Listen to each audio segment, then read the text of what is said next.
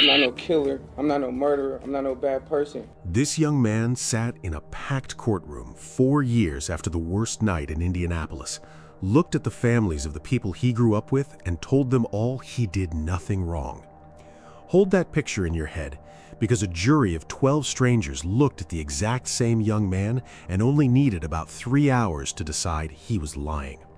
And when you hear what the state said he actually did to his own people inside that house, you start to understand why they moved so fast. His brother once in the back of the head as he was watching television.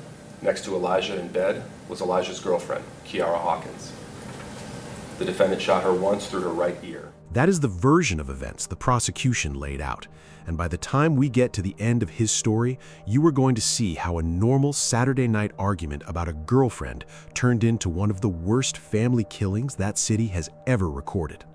But before we get into how it ended, you have to understand where this young man came from, because the people who died that night were the same people who raised him and put a microphone in his hand. His name is Raymond Ronald Lee Childs III, and he was born on the 30th or 31st of October, 2003. Around the age of 12, he moved out of his biological mother's place and went to live with his father in Indianapolis. And that move sits at the center of everything that came later. According to court testimony from a developmental psychologist, that switch left the boy carrying strong feelings of abandonment, loss, and rejection, believing his mother no longer wanted contact with him.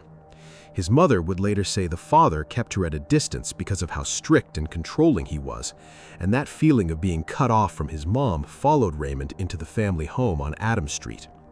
Now, the father was not some random man. Raymond Jonald Lee Childs Jr. was a music producer who founded a small independent label called Just Real Records, and his whole thing was building his sons into rappers. He and his wife Kezzy put together youth programs like New Street, New Path, and New Wave. And the belief behind all of it was simple, that music could lift young people up and give them a future.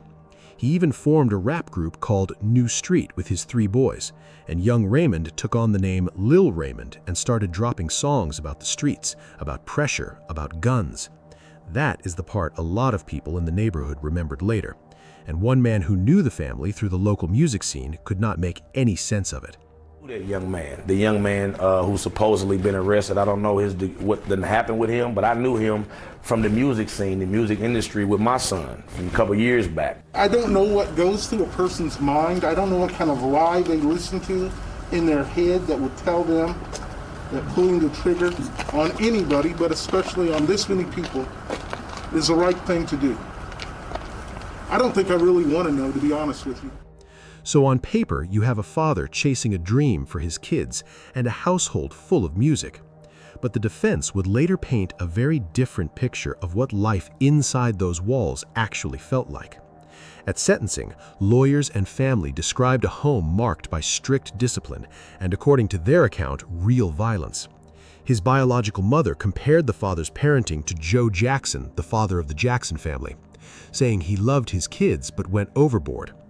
A developmental psychologist who reviewed old police reports and child services records tied to the home diagnosed Raymond with post-traumatic stress disorder tied to complex trauma, and he testified that the children in that house talked openly about how badly they wanted to turn 18 so they could leave.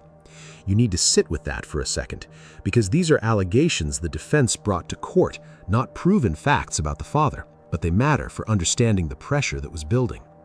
The psychologist who examined Raymond, Dr. James Henry, went further than most in describing what he believed was going on inside that boy. He testified that Raymond was below average intellectually, struggled to put his own thoughts into words, and lived with intrusive thoughts and a constant sense of being on guard.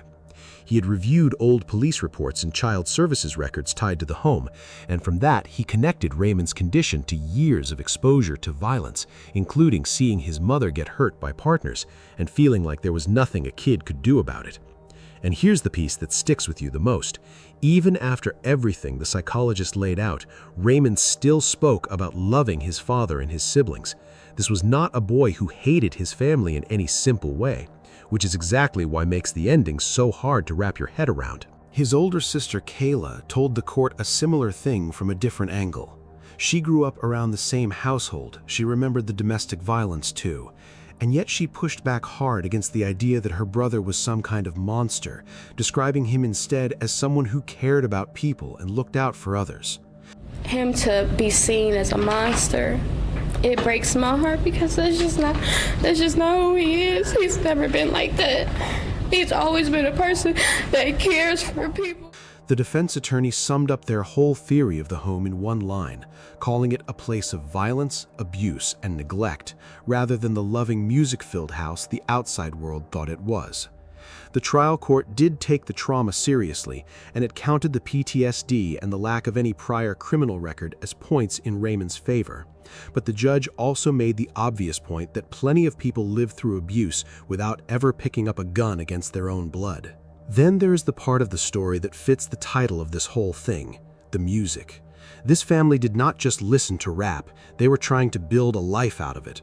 Under the Just Real banner, Raymond put out tracks as Lil Raymond with names like Pressure and 100-something Shots, while his older brother Elijah released music as Savo, and the three brothers performed together as New Street. But you already know this. Hey, look, we need y'all help with something. We just got nominated for 4 awards down in New York, but we need y'all help. We need y'all help voting for us, you feel me? You can vote once a day, every day. Baby X, read off the numbers. 36, 25, 2, and 17. And what them numbers go to is the website. So all you gotta do is go to the website, scroll all the way down. After the killings, old videos of the teenagers rapping about guns and violence resurfaced and got passed around, and community figures started asking uncomfortable questions about how much that image had bled into real life. It is fair to say nobody has proven that the music caused any of this, but it's impossible to ignore that a household built around a dream of turning boys into rappers ended with one of those boys accused of executing almost everyone in it. The household ran on rules, and one of the biggest was the curfew. There were firearms kept in the home, there were 3 pit bulls, one of them named Rocky, and there were security cameras that had recently gone up. It was a full house, too. Living there at the time were the father, the stepmother Kezi, the oldest brother Elijah, who went by Savo and was 18, a 13-year-old sister named Rita, a 15-year-old brother, and Elijah's girlfriend Kiara Hawkins, who was 19 and pregnant, due to give birth within about a week. That unborn baby boy would later be counted as the 6th victim. Everything that went wrong started with something small and ordinary. On the evening of the 23rd of January 2021, Raymond left the home without permission to go see his girlfriend. When his father found out, he had the oldest brother Elijah call and tell Raymond to come home, and Raymond took a long time getting back. By the time he walked in, the father had already cooled off. Down in the basement, Raymond apologized, and the father told him something like, I got you later on, don't worry about it, and made a reference to being disciplined the way his own dad used to discipline him. That was the last real conversation the two of them ever had, and to anybody watching, it looked like the whole thing had blown over. It had not. Sometime after that basement talk, Raymond left the house again and drove back to his girlfriend's place in his father's white Chrysler, carrying 2 bags of clothes and telling her that his dad had kicked him out. She had never even seen him drive that car before. About 30 minutes after he showed up, her phone started lighting up with alerts about shootings in the area, including one on Adams Street, and when she asked him about it, he said he didn't know anything. But by then, it was already done. The one person who lived to tell what happened inside that home was the 15-year-old brother, and his account, given to police before he even went into surgery, became the backbone of the entire case. He was downstairs near his parents when his father asked him to fill a water bottle. He stepped away to do it, and that small errand is probably the only reason he's still breathing today. While he was filling that bottle, he heard 2 or 3 gunshots from upstairs. His father jumped out of bed and ran toward the stairs asking what that was, and then his sister Rita screamed that Raymond had shot Elijah. Another shot went off, and the boy heard his father say his final words, and they were not words of anger. According to the affidavit, the father said, "I'm sorry, Raymond, I love you."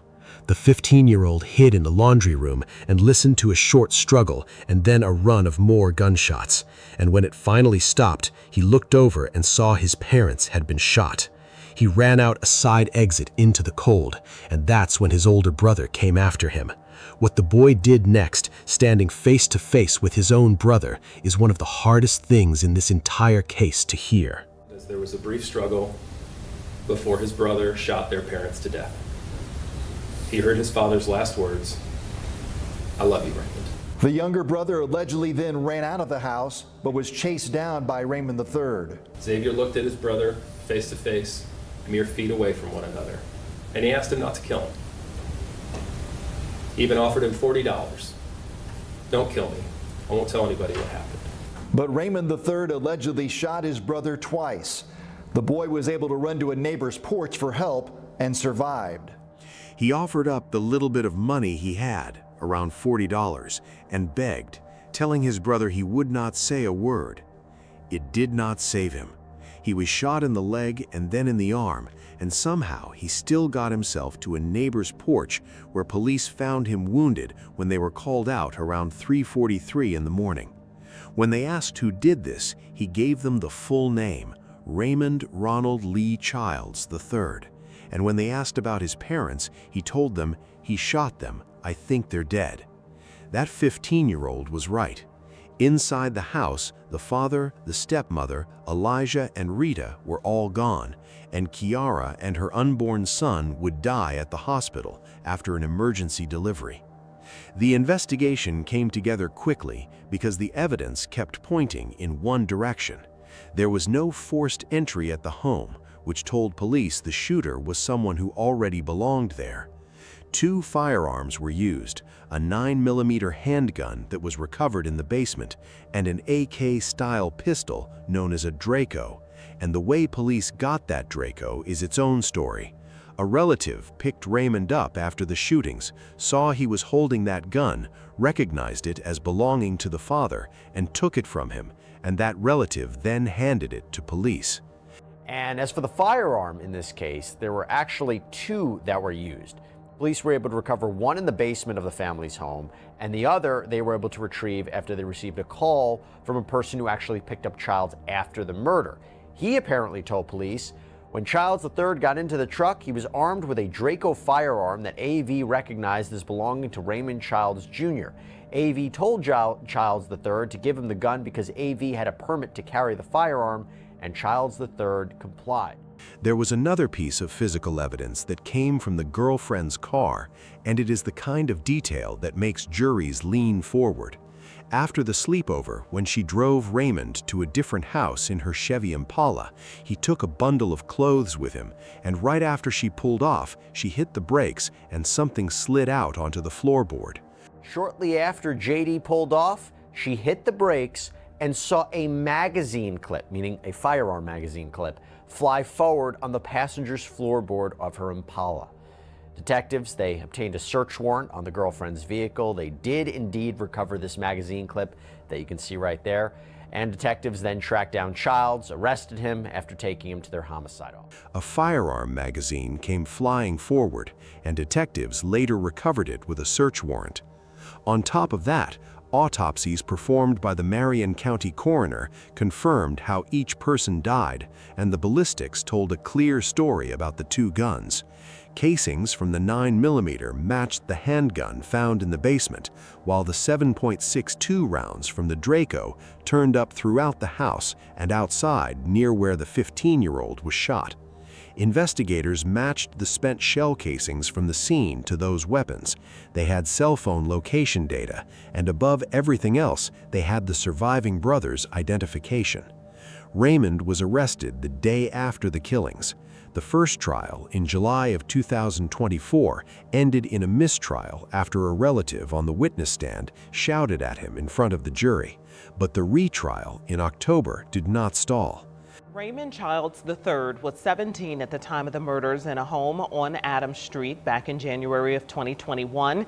He's accused of killing his parents as well as his 13-year-old sister, 18-year-old brother, and his brother's 19-year-old pregnant girlfriend. His first trial on those charges ended in a mistrial. That was earlier this summer. The jury deliberated for about 3 hours before convicting him on all 6 counts of murder, plus attempted murder and a gun charge. At sentencing, the judge did not hold back on what he thought of it. The final number was staggering, and it was built to make sure he never walks free again. The defense had fought it the only way it could, arguing that the investigation was sloppy, that Raymond was misidentified, and that because 2 guns were used, there had to be 2 shooters.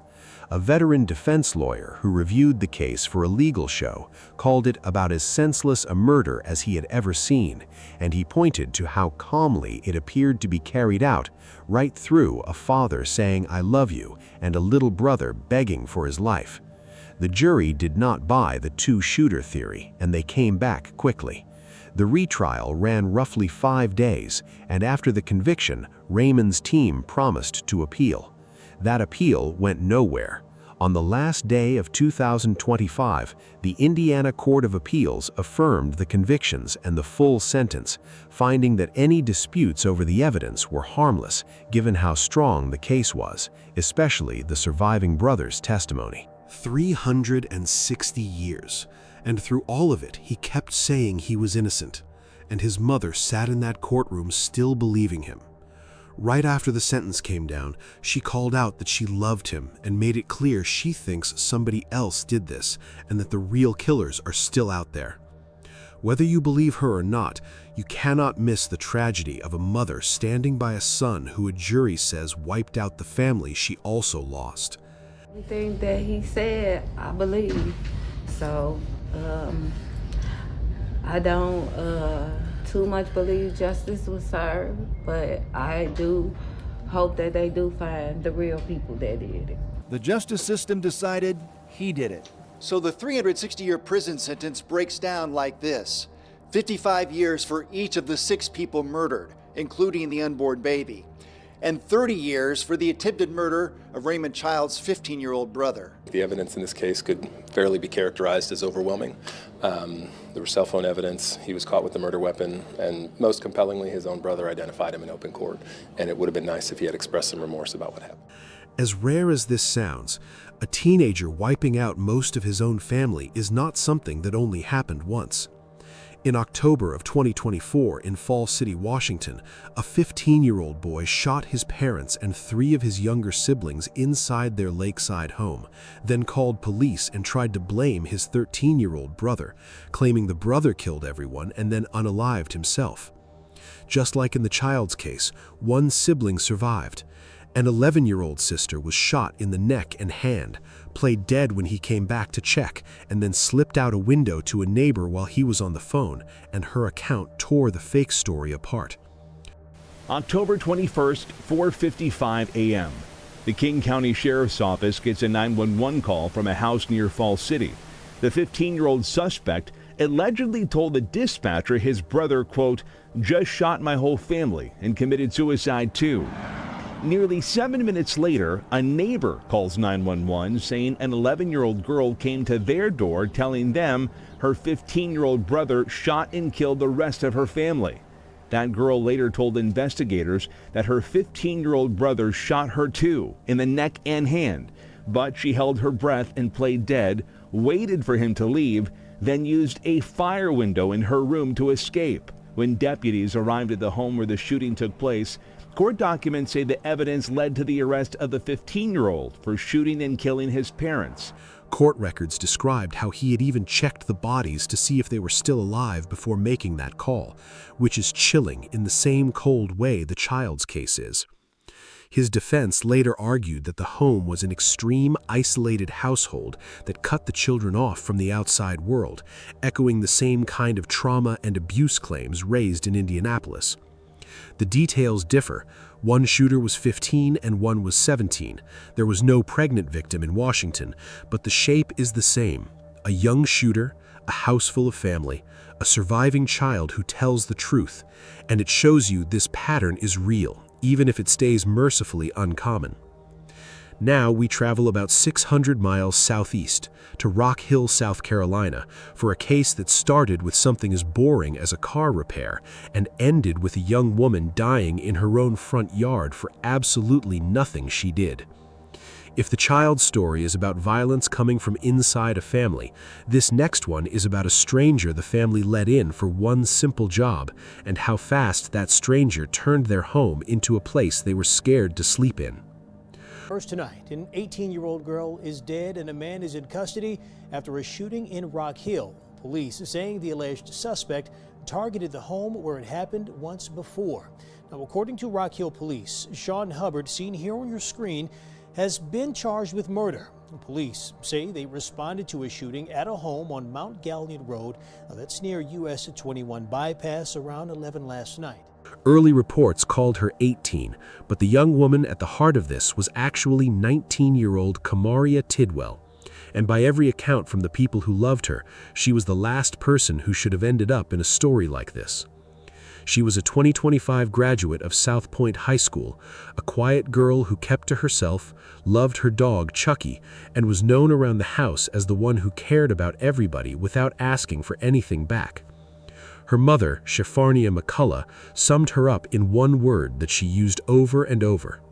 My daughter give you the shirt off her back. She will help you with anything. She didn't judge nobody.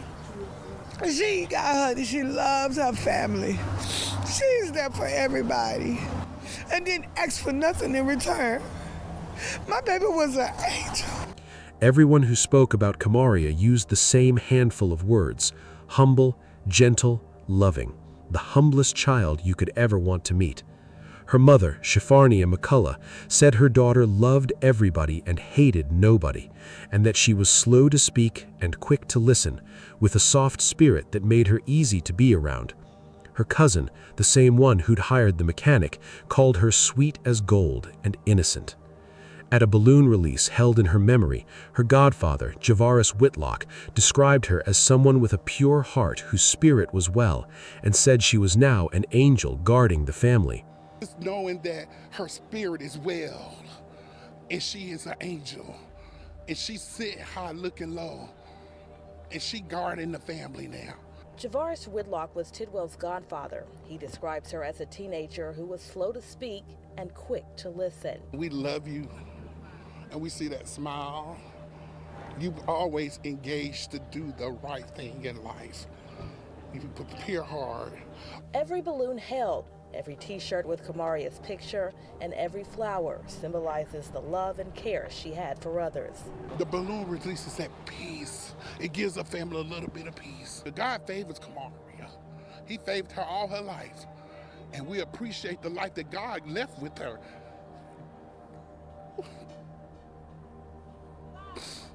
When you stack all those voices next to what happened to her, the unfairness of it becomes almost unbearable, because there is nothing in her story that explains why she died. She simply lived in the wrong house at the wrong time. She had just finished high school the year before. She was 19 with plans and a future her mother believed in, and instead of getting to chase any of it, she became a name on a police report about a crime she had no part in. Her mother, a church-going woman, has been open about how hard it is to hold on to her faith through this, saying she struggles with forgiveness because her child is never coming back to her, and it is hard to hear that and not understand exactly where she is coming from. Now back to the man who caused it. What makes Hubbard's story so unsettling is how ordinary the setup was. There was no old feud, no history between him and this family, just a job posted and accepted online. When the arrangement fell apart, a normal contractor moves on to the next customer, but according to the family, he did the opposite, treating a canceled gig like a personal insult worth terrorizing an entire household over. The threats came first, then the blocking, and then the shootings, and each step made the next one feel less shocking, which is often how these slow-building nightmares work. The family lived in a multi-generational home on Mount Gallant Road, the kind of house where a grandmother, children, and cousins all share the same address. The man who brought fear to that house was Sean Xavier Hubbard from nearby Clover, South Carolina. By all public accounts, Hubbard was not some known monster with a long rap sheet. He was a freelance mechanic and handyman who advertised his services on social media, mostly on Facebook. That is exactly how he came into their lives. Kamaria's cousin, Jemiah McCullough, found him online and hired him to work on her car right there at the family home. It was supposed to be a routine job, money for work, nothing more. Then the job went sour. The way the family tells it, a dispute came up over the car. Jemiah told Hubbard she no longer wanted him working on it, and instead of walking away like a normal person, he allegedly started threatening her. She blocked him to get some space, and that is when things turned from a business disagreement into something that felt like a hunt. Because once he was blocked and told no, Hubbard did not disappear. He started coming back to that house, and he kept coming back. The first real terror came on Tuesday, the 12th of May, 2026. Gunfire ripped into the family home while people were inside, including children, and one of the most frightening parts is where those rounds landed. Kamaria's mother described it plainly. They say the violence started Tuesday when bullets came flying into their home. He shot 4 shotgun rounds through my son's room, and my son and my grandson were laying in that bed. For a week straight, he stalked my family's home. Think about that.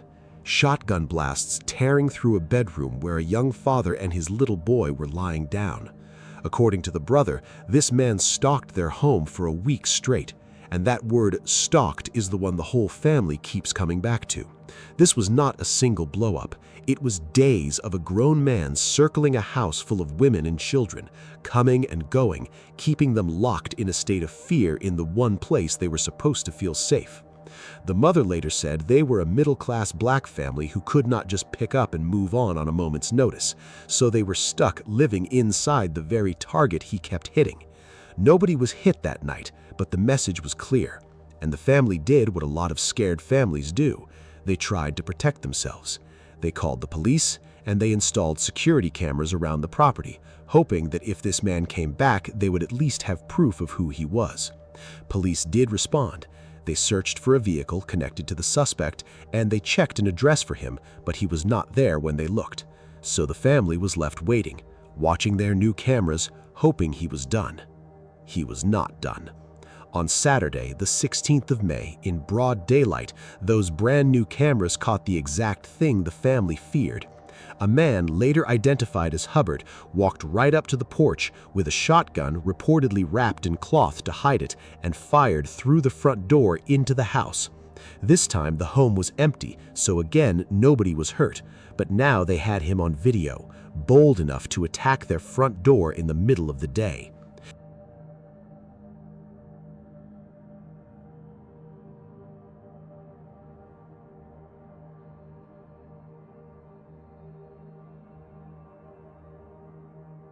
Think about what it means to sit and watch your own security camera play back a man calmly walking up your steps to shoot into your house.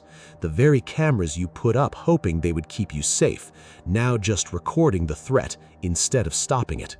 What nobody watching that daytime clip could know yet was that the same yard caught on the same cameras would become a crime scene again before the day was over. Kamaria's mother watched that footage of a man strolling into her yard like he owned it.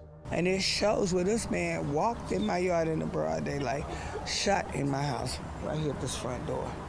After that daytime shooting, the family did not sit still. They called police again, officers came out, and the family started packing so they could get away from that house for good. And this is the part that turns an already ugly story into something that still has the whole community asking hard questions. Because they did not just want the police to take a report and leave. They begged for an officer to stay while they loaded up their things and figured out where to run. According to Rock Hill Police, they did keep officers in the area and continued to circulate looking for the suspect's car, but at some point the coverage thinned out, and the family believes Hubbard was patient enough to wait for exactly that moment. Listen to how the mother described those hours, trapped between wanting to run and being afraid to move. The family says they asked police to stay while they packed up to leave. We did keep officers in that area for a while. They continued to circulate and look for the car, but unfortunately he managed to come back. Just asked them, could the police stay here? So me and my family got up some stuff and find out where we could go, because clearly we was not safe here. Because this man didn't care. They told me they could let one officer stay. He went across the Helens and sat there. And he probably was there 15 minutes. And he came in the yard and he said he had to leave. By her account, officers agreed to leave one officer nearby for a short while, but after a stretch, he told them he had to go. And it was in that window, once the last patrol pulled away, that everything fell apart. Police say they had 8 officers respond to the initial daytime shooting call and worked it for about an hour and a half, identifying a suspect and a vehicle and reaching out to the county sheriff to check an address.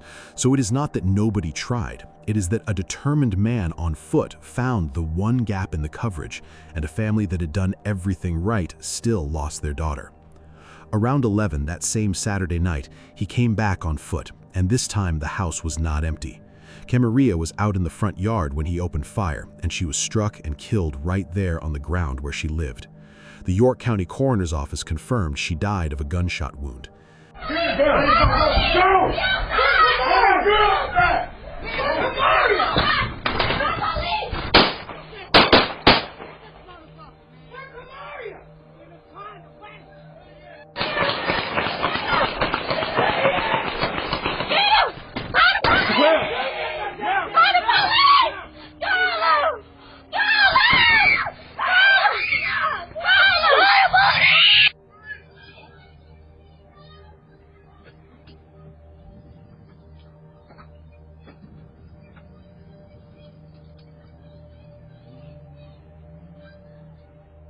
And here's the detail that makes it land even harder.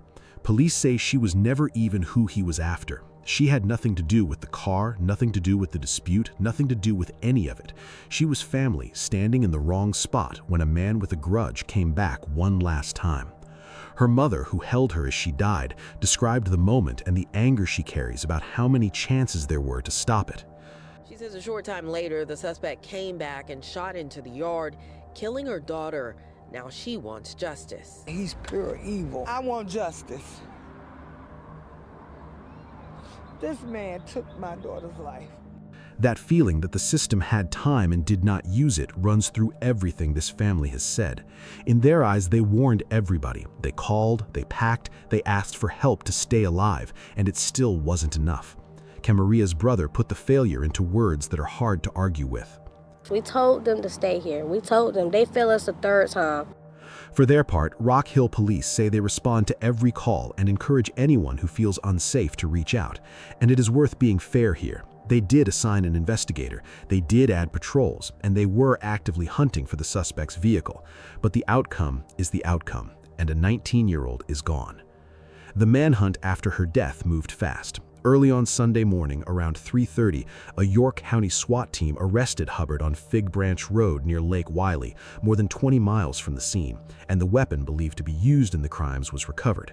He was taken to the York County Jail, and at his bond hearing, a judge denied him bail, so he's been sitting behind bars ever since. That denial matters because it tells you how seriously the court is treating what he's accused of.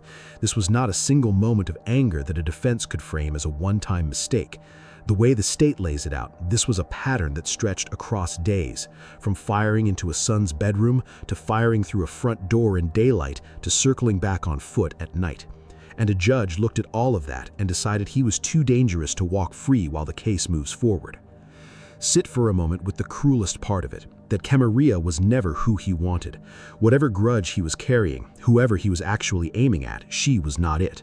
She was collateral, a young woman standing in her own yard when a man came back to finish a fight she had nothing to do with. That's the kind of detail that keeps a mother up at night, knowing her daughter died in someone else's crossfire, and it's why the family's demand for justice has been so loud and so raw. The charges he's facing lay out the whole pattern of what the state says he did over those days. Hubbard is facing several charges, including murder, possession of a weapon during a violent crime, and discharging a firearm into a dwelling. He remains in jail without bond. As for why a man would do all of this over a car, police have been careful and have not officially locked in a motive. But the family's belief and the reporting keep circling back to the same route. There's no word from police on a motive tonight, but family members believe that the suspect did some work on a vehicle as a mechanic, and he may have been upset over some sort of contract agreement. As for the shooting Tuesday, family members believe that Hubbard was behind that shooting as well.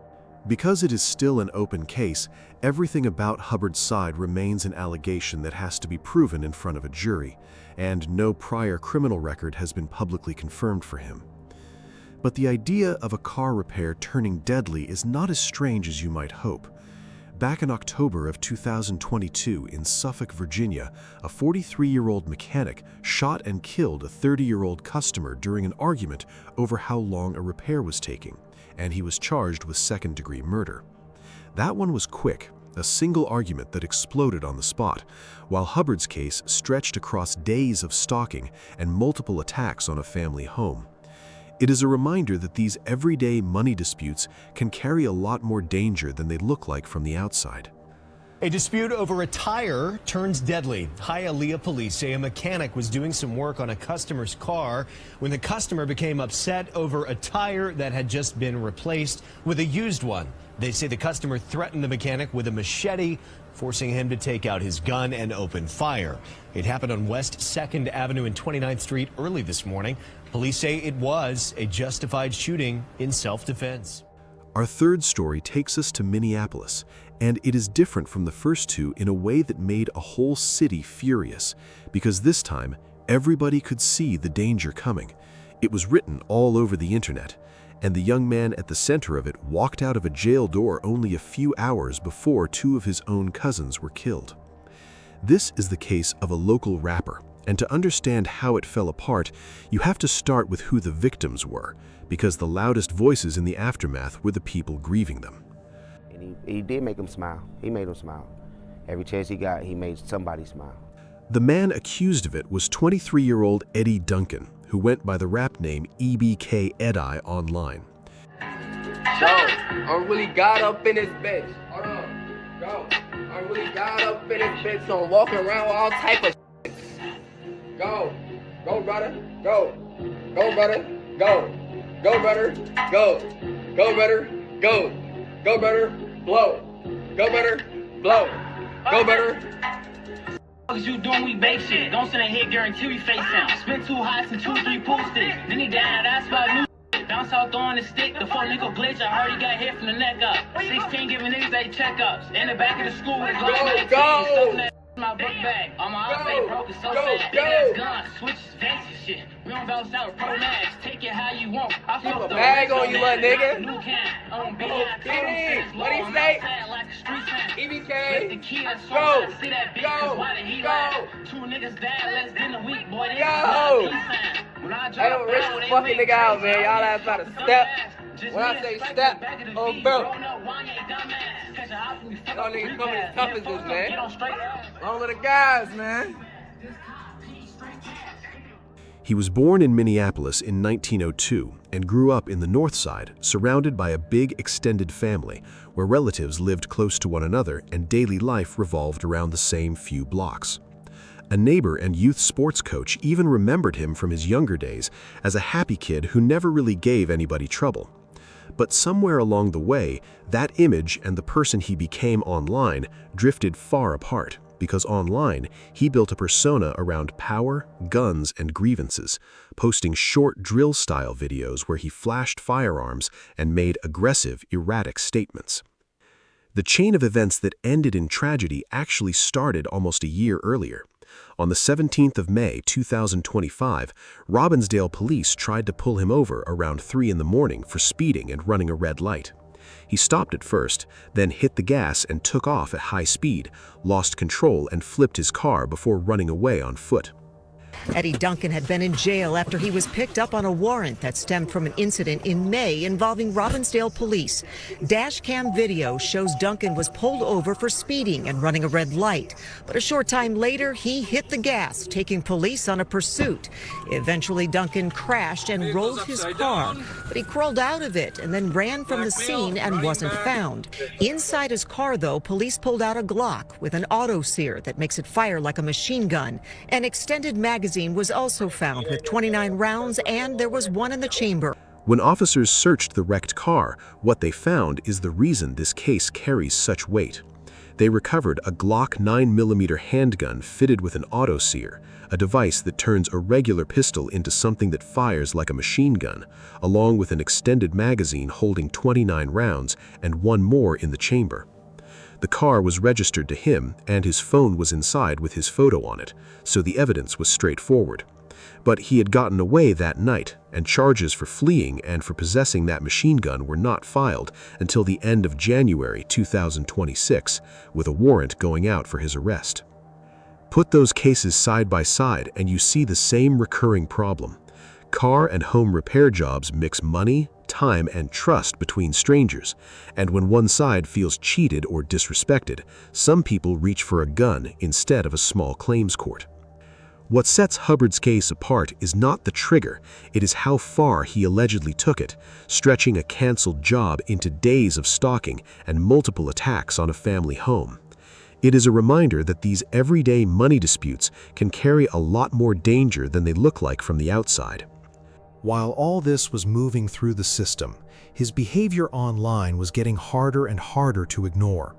In the days around his arrest, he made dozens of posts, reposting his own wanted poster, claiming to be God, ranting about family conflicts, and writing about going days without sleep. Because look at me, I'm God. I'm not dumb, I'm God, bro. To a lot of people who saw it later, these looked like flashing warning lights nobody managed to act on. It is worth slowing down on what that online life actually looked like, because it is the heart of why people call this one preventable. Under the name EBK Adai, he had been building a local following on Facebook with short drill-style clips, some of them showing him with guns, and his captions and lives had turned darker and more scattered over time. Had to put down the city, feeling like I graduated, finna hit him with this 50 touches bench one time and get the rolling to his empty. Got enough shots in this V, don't need no nigga coming with me. Already pro with the still, need you teach me how to kill. Me and brother 2D marching, know they block us. I got FaceTime a nigga, tell get out of bed and hit the field. Don't put on your police, little nigga, come and do the drill. He wrote about not knowing how to read, about paranoia, about family members he was angry with, and he repeated that he was God. In the days around the warrant, he even reposted his own wanted poster, almost like he was daring the world to come get him. None of that is against the law on its own, but taken together, it read to a lot of people like a man coming apart in public. His record up to that point helps explain why the court treated him the way it did. As a juvenile, he had been charged with illegal handgun possession, a case resolved through probation, and as an adult, he had drug and traffic matters, some cleared through pleas and probation. There was no long history of proven violence, which is part of why holding him was complicated, but officials still described him as well known to police, and the machine gun case was by far the most serious thing on him. The charges for that May 2025 chase were not even filed until late January of the next year, a delay of about 8 months that reporting tied to firearm testing and the lower priority given to cases where the suspect is out of custody. In other words, the wheels turned slowly, and by the time they caught up with him, he was already the person you saw ranting online. He was finally arrested on the 15th of February and booked into the Hennepin County Jail. Then things got stranger. He refused to come to court on 3 straight days, so a judge had to issue an order allowing staff to bring him to his hearing by force. That refusal to appear 3 days in a row is its own kind of warning sign, a man so far outside the normal rhythm of the system that officers had to be authorized to physically bring him to a courtroom. When he finally appeared before Judge Julia Dayton Klein on the 20th of February, she ordered a Rule 20 mental competency evaluation to figure out whether he was even fit to stand trial, appointed a forensic navigator to help track him and connect him with services, and set his bail. Prosecutors had specifically flagged him as a public safety risk and asked for a higher amount than usual. The judge set it at $70,000 cash or $35,000 with conditions like no firearms, no new crimes, showing up for court, and staying in the state. And then a bonding company posted that $35,000 and the door opened. The judge ordered a mental competency evaluation. And while he waited for that exam, Duncan was released yesterday after posting $35,000 bond. His criminal history includes some drug charges and traffic incidents as an adult and a juvenile case where he was found with a handgun, but there were no allegations of violence in those cases. In a statement today, the Hennepin County Attorney's Office reiterated a suspect's constitutional right to bail, which is set by court. That office says it noted a public safety risk in Duncan's case and asked the judge to set Duncan's bail higher than normal, which the judge did. Once Duncan posted that amount, he was released from custody. Here is what makes this so hard to look at. This was not a stranger nobody could have read. A neighbor who coached youth sports remembered the younger version of Eddie as a happy kid who never really gave anybody trouble. Comes out here and he plays with the kid, he's running and he's smiling. You can see his braces and it's like, who's that guy? You know, the smile made you feel like he had something in his heart that he can give to everybody. It was just too early for him. And that memory sits right next to a court file describing a public safety risk, a competency exam that had not happened yet, and a stack of online posts that looked like a person in crisis. Everybody who paid attention could feel that something was wrong, and yet the legal machine, working exactly the way it is built to work under a system that presumes bail, still put him back on the street.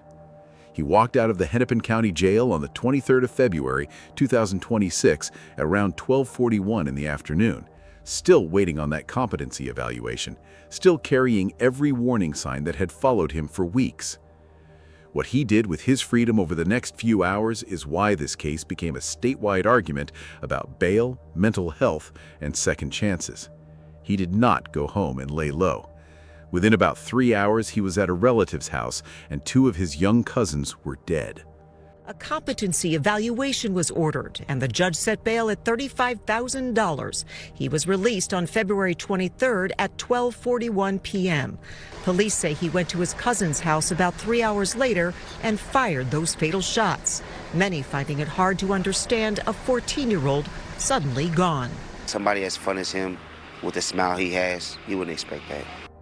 The home was in the 4200 block of Irving Avenue North, and it was a grandmother's house full of family.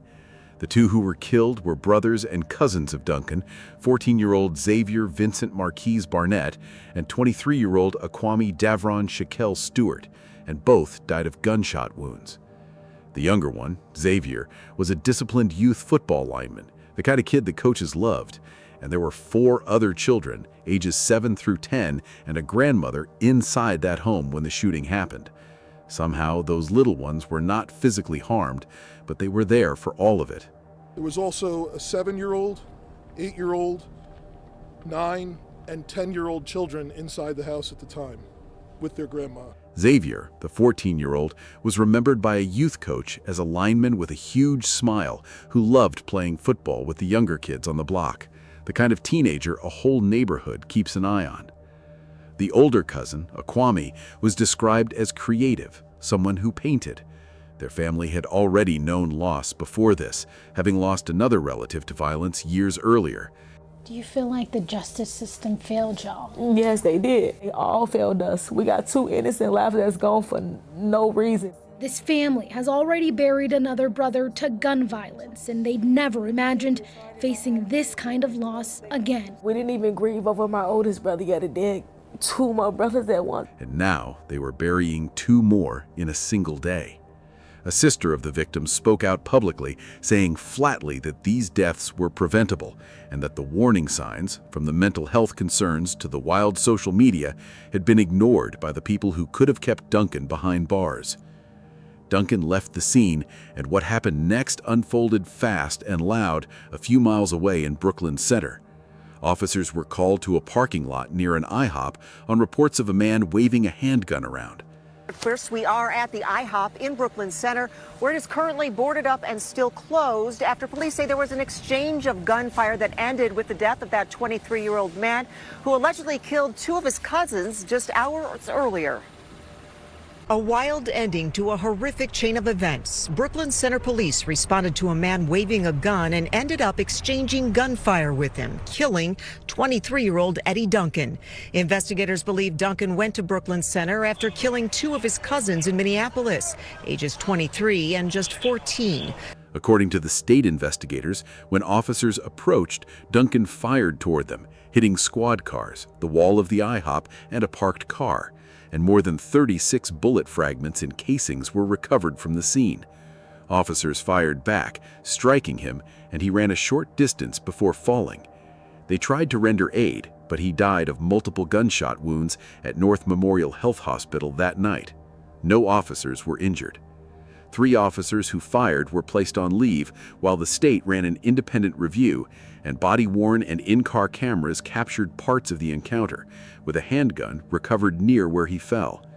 Because Brooklyn Center police asked an outside agency to handle it, the state investigators will eventually hand their findings to the county attorney's office for review, without recommending charges either way, which is the standard path for a shooting like this. Because Duncan died the same day, there will never be a trial for the killing of his cousins, and the case stays closed with him named as the person responsible, based on the timeline, the family and witness accounts, and the investigation. The question everybody wanted answered was why a man would kill 2 relatives, one of them just 14, in a house full of children. The honest answer is that nobody has proven a clean motive, and the police were careful to say so.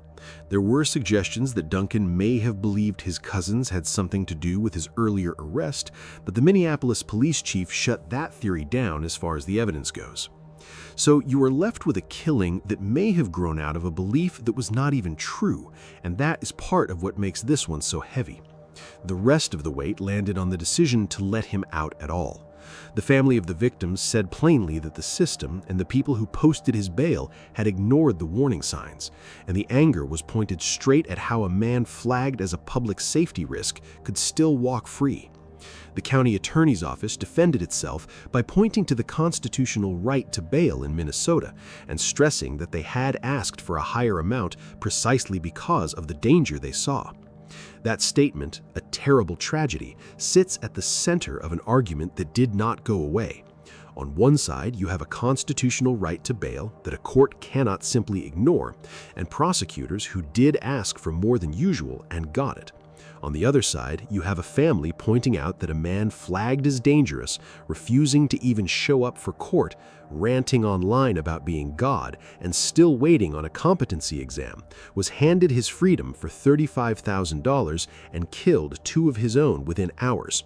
The Minneapolis police chief called it an unimaginable loss and a senseless tragedy, and critics framed it as the system giving one more chance to someone who had shown over and over that he could not be trusted with it. There's no clean villain in that debate, only a set of choices that each looked defensible on paper and added up to something no one wanted. So when you put these 3 stories side by side, you see 3 young men and 3 houses full of people who trusted the wrong situation. Raymond Childs turned a curfew argument into the near total wipeout of his own family and got 360 years for it. Sean Hubbard turned a canceled car repair into a week of terror that ended a 19-year-old's in her own yard, and he is sitting in jail waiting to answer for it. And Eddie Duncan walked out of a jail door with every alarm ringing and took 2 young cousins with him before the day was over. Different cities, different sparks, but the same terrible truth runs through them all, that the people closest to home are often the ones left to pay when a small conflict is handed to someone who will not let it go. A curfew, a canceled car repair, and a jail door that opened too soon. 3 things that should never have cost a single life, and between them they took more than 9. Rest in peace to everyone who was lost in these 3 cases. If you know someone living through threats, stalking, or a family situation that keeps escalating, do not wait for it to blow over on its own. Talk to them, help them document it, and push them toward real help early. Because in every one of these stories, there was a stretch of time where somebody saw the danger and hoped it would just pass. Drop a comment if a story like this has ever hit close to home for you, because your words might be the thing that helps another person watching take a warning seriously.